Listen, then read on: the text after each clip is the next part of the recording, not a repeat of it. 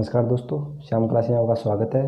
दोस्तों, आपका चैप्टर चल रहा है आइसोमेट्रिक से ऑर्थोग्राफी बनाना, और आज ये क्लास फिर से लेके आए हैं। तो आज भी ये बताएंगे आइसोमेट्रिक से ऑर्थोग्राफी किस प्रकार बनाएंगे, यानी बैक टू बैक आगे जो क्लास से चल रही है आपकी, अब आपका ये आ गया आइसोमेट्रिक इस प्रकार का। तो भी इस आइसोमेट्रिक से ऑर्थोग्राफी बनाते हैं। तो सबसे पहले आइसोमेट्रिक इसलिए बना के तैयार रखा है कि क्लासें काफ़ी लंबी हो जाती है, बच्चों को देखने में परेशानी होती है, इसीलिए आज पहले बना के तैयार कर दिया। अब बस इतना ही काम है, इस आइसोमेट्रिक से ऑर्थोग्राफी तैयार करेंगे। तो देखो दोस्तों, ये आपका आइसोमेट्रिक आपको मालूम है, आइसोमेट्रिक का निर्माण हमने 30 डिग्री पर किया, इसके बाद में 90 डिग्री पे किया। इसके बाद में क्या है दोस्तों कि इसमें क्या लिखा है, एरो हेड यानी तीर का निशान है, एफ लिख रखा है यानी फ्रंट है, इधर ऐसे यानी साइड है, ऊपर टी यानी टॉप है। तो इस प्रकार ये हो चुका है। टॉप दिखाई नहीं दे रहा, थोड़ा नीचे लिख देते हैं दोस्तों। तो ये हो गया आपका टॉप, ठीक है। तो अब इसमें क्या है दोस्तों, टॉप आ गया। अब दोस्तों कुछ बार क्या होता है कि एग्जाम में ये ऐप नहीं लिखा होता है। अब ध्यान रखना, जहाँ पर ऐप नहीं लिखा होता है, ओनली एरोइड होता है, तो उसे बोलते हैं फ्रंट। तो अब देखो इस आइसोमेट्रिक से ऑर्थोग्राफी किस प्रकार करते हैं। तो इसके लिए सबसे पहले क्या करेंगे, अपनी शीट बनाओ एक, यानी ये क्या आपकी ड्राइंग शीट है, और इस ड्राइंग शीट के 4 भाग बनाओ। फिर ये आपकी ड्राइंग शीट है, इस ड्राइंग शीट के 4 भाग कर लो बराबर के, जो मैंने आपको पहले ही बताए थे। यानी 4 भाग किस प्रकार कि टोटल लंबाई के आधे आधे कर लो कि टोटल लंबाई 340 थी, हाइट कितनी है 220।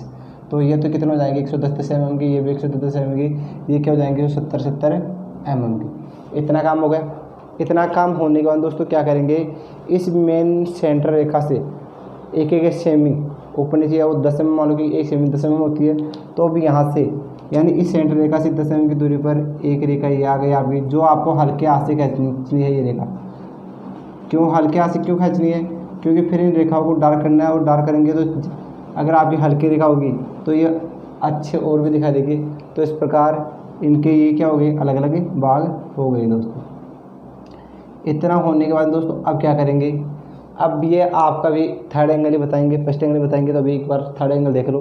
तो ये आपका जो ऑर्थोग्राफी बना रहे हैं हम, जो ये क्या है, थर्ड एंगल प्रोजेक्शन, ठीक है दोस्तों।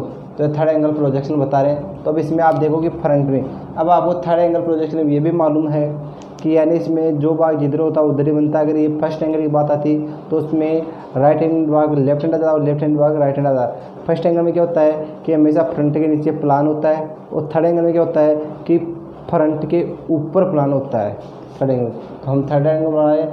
अब इसका निर्माण करने से पहले क्या करेंगे, हम एक वेक्टर डायग्राम का निर्माण कर रहे हैं, इस वेक्टर डायग्राम का।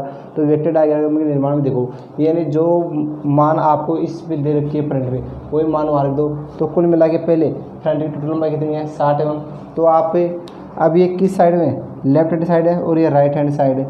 तो अगर ये लेफ्ट हैंड साइड ये है और राइट हैंड साइड ये है, तो आपका अगर फ्रंट लेफ्ट हैंड साइड है तो हम लेफ्ट हैंड साइड ही इसके वेक्टर डायग्राम का निर्माण करेंगे। तो इसकी टोटल लंबाई 60।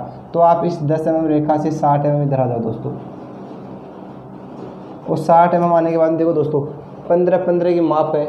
यहाँ पर तो टोटल 60 दे रखी है, ऊपर देखो ये 15 तो ये कितने हो गया 15, यानी कुल मिला के 15 के भाग बना लो।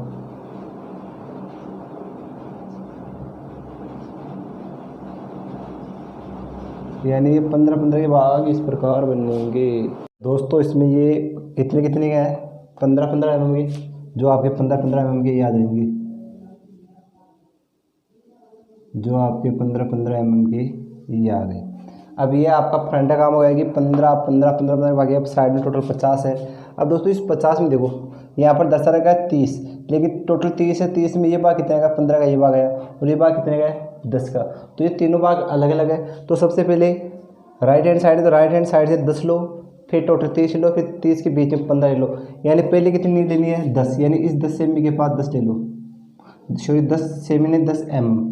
फिर 10 mm के बाद में कितनी है टोटल 30 mm, तो टोटल 30 mm ले लो, और टोटल 30 mm लेने के बाद बीच में रहेगी आपकी 15 mm।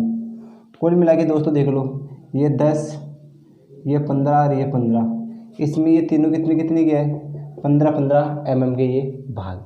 यहाँ तक क्लियर होने के बाद दोस्तों अब आगे देखो, क्योंकि ये तो अब आपके फ्रंट और साइड के दोनों हमने माप ले ली और आगे क्लियर। अब हाइट की बात करें तो हाइट में देखो दोस्तों 15 और 25 कितनी हो गई, 40 50, तो इसकी टोटल हाइट है 50। अब दोस्तों थर्ड एंगल बनाए, थर्ड एंगल नीचे बनेगा आपका फ्रंट और साइड, तो अब इसकी टोटल हाइट देखो ये कितनी है 25, पहले 25 का लो और 25 के नीचे 15 ले लो, तो इस 10 mm के नीचे आपकी 25 mm ये आ गई और 25 के नीचे आपकी कितनी बच गई 15 mm, जो 15 mm का भाग ये आ गया। तो यहाँ तक क्लियर होने के बाद दोस्तों आगे बात करें तो अब साइड लंबाई कितनी है 50, और मैंने आपको बताया था पहले भी कि साइड लंबाई हमेशा प्लान की चौड़ाई होती है, तो ये 50 और ये भी कितनी हो जाएगी 50, और ये टेपर हमेशा 45 एंगल पर यानी 45 डिग्री के एंगल पे आता है। अगर आपको एंगल याद है तो अच्छी बात, नहीं ये काम कर देना आप तो इस कोने से इस कोने में इस प्रकार मिला देना, ठीक है दोस्तों। यानी कुल मिला के टेपर हमेशा फ्रंट की तरफ होना चाहिए। अब देखो जो साइड के भाग वो पूरे घूम के प्लान में आ जाएंगे, कैसे, यानी जहाँ पर टेपर के टच होते हैं वहाँ से घूमे।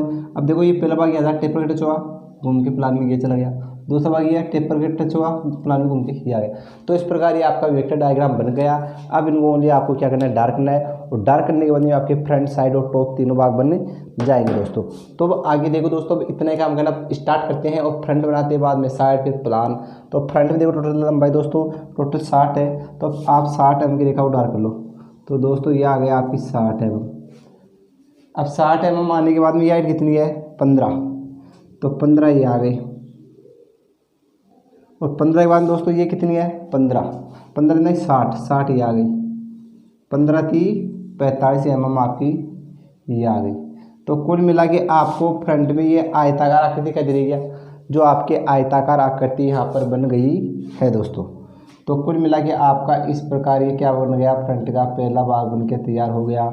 अब इसके ऊपर देखो ये हाइट कितनी है 25, तो पहले ये हाइट देखो 25 ही है, तो 25 की हाइट ये आ गई। इसके बाद में अंदर कितना जा रहा है 15, तो 15 ये आ गया। फिर वापस नीचे कितना आ रहा है वही 25, जो 25 ये आ गया। तो कुल मिला के दोस्तों देखो ये फ्रंट का भाग आपका ये आ गया, सही है। आगे देखो दोस्तों ये लंबाई कितनी है 15, जो 15 ये आ गई। इसके बाद में ये नीचे कितना आ रहा है वही 25, जो 25 ये आ गया। अब इस रेखा ये आ रेखा, तो पहले ये रेखा चली तो ये भाग ये आ गया। कुल मिला के ये फ्रंट का भाग आपका ये आ गया या।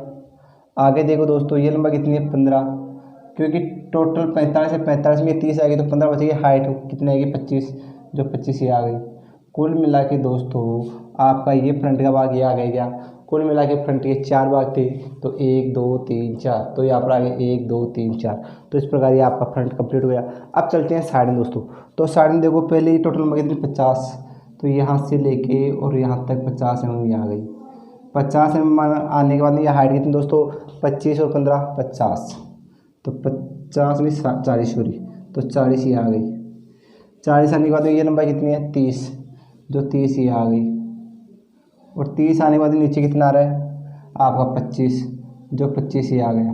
25 आने के बाद आगे ये कितनी है 10, जो 10 ये आ गई। 10 आने के बाद ये हाइट कितनी है 15, जो 15 की हाइट ये आ गई। तो कुल मिला के आपका ये भाग साइड का ये आ गया क्या। इतना बनने के बाद में अब दोस्तों आगे ध्यान दो कि मैं जब इस भाग को इधर से देखूंगा, इधर से देखूंगा, तो मुझे ये रेखा थोड़ी दिखाई देगी। तो ये रेखा दिखाई नहीं देगी, कौन सी ये रेखा दिखाई नहीं देगी। तो ये रेखा नहीं दिखाई देगी, तो ये छुपी रेखा को हिडन के रूप में दर्शाते हैं। तो कुल मिला के कितना भाग अंदर 15, तो लगभग ये रेखा तो आपकी यहाँ तक या इस प्रकार इधर से दर्शाएंगे। इसके बाद ये रेखा भी दिखाई नहीं देगी, तो ये रेखा आपकी ये आ गई। तो कुल मिला के अब आपने जो साइड में साइड में दिखाना है, तो आपका देखो 25 के भाग में एक तो इधर से रेखा ये आ गई, और फिर 15 के भाग में एक इधर से रेखा आ गई। तो इस प्रकार ये क्या बन गया आपकी इधर से रेखा बन गई है दोस्तों। तो आपका फ्रंट और साइड कंप्लीट हो गया। अब चलते हैं प्लान में। तो प्लान में देखो दोस्तों पहले ये टोटल लंबाई कितनी है 45, तो सबसे पहले 45 mm की रेखा को डार्क करो दोस्तों। 45 की डार्क होने के बाद इधर कितना आ रहा है 30, तो 30 ये आ गया और 30 इधर ये आ गया दोनों साइडों में। फिर इसके बाद में ये अंदर कितना आ रहा है 15, तो 15 ये आ गया और 15 ये आ गया। इसे वापस अंदर कितना जा रहा है 15, तो 15 ये आ गया, 15 ये आ गया। इसके बाद में ये लंबाई कितनी है 15, जो 15 ये आ गया। कुल मिला के प्लान में ये यू आकृति है क्या, जो आपके प्लान में यू आकृति बन गई। आगे देखो दोस्तों ये कितनी है 10 60 10, यानी ये आ गई आपकी 10 60, और फिर ये कितनी आ गई 10। दोस्तों ये 15 नहीं है, देखो यहाँ पर यहाँ पर 15 15 15 30। दोस्तों ये 15 15 नहीं, ये 20 20 है, ध्यान रखना, क्योंकि बनने में देखा जाए तो 20 20 के भाग है तो 60 है। तो अभी ये प्लान का भाग आपका ये आ गया। तो इस प्रकार ये आपका प्लान कंप्लीट हो गया। तो मेरे हिसाब से इस आइसोमेट्रिक से ऑर्थोग्राफी में किसी प्रकार की दिक्कत नहीं है। अब बात करें एरोइड, तो आपको एरोइड बनाने जो आपने लगभग अभ्यास कर ही रखा होगा, क्योंकि आप अभ्यास करोगे तभी ये चीज़ें, इस प्रकार की चीज़ें अभ्यास से ही जल्दी सीखी जाती है। तो आप घर बैठे इन चीज़ों का अभ्यास लगातार करते रहिए, जिससे आगे आपको किसी प्रकार की दिक्कत नहीं आएगी।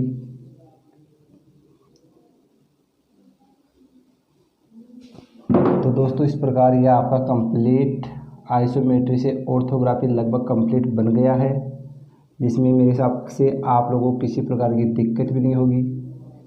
तो इस प्रकार जो अतिरिक्त रेखा है अब इनको मिटा दी, आप भी इरेजर की सहायता से इन सभी को मिटा दो तो कंप्लीट बन जाएगी। अब एक बार जो भाग मिट गया है उनको आप डार्क कर लो स्केल की सहायता से, इतना काम हो गया। अब इसमें एरोड बनाओ, वस्तु से 3 से 5 एम की दूरी पर 10 एम की विस्तार रेखा खींच लो और खींचने के बाद बीच में डायमेंशन रहेगा और बीच में माप लिख दो 20-20 एम और इनके सिरों पर एरोड बना दो 3:1 के।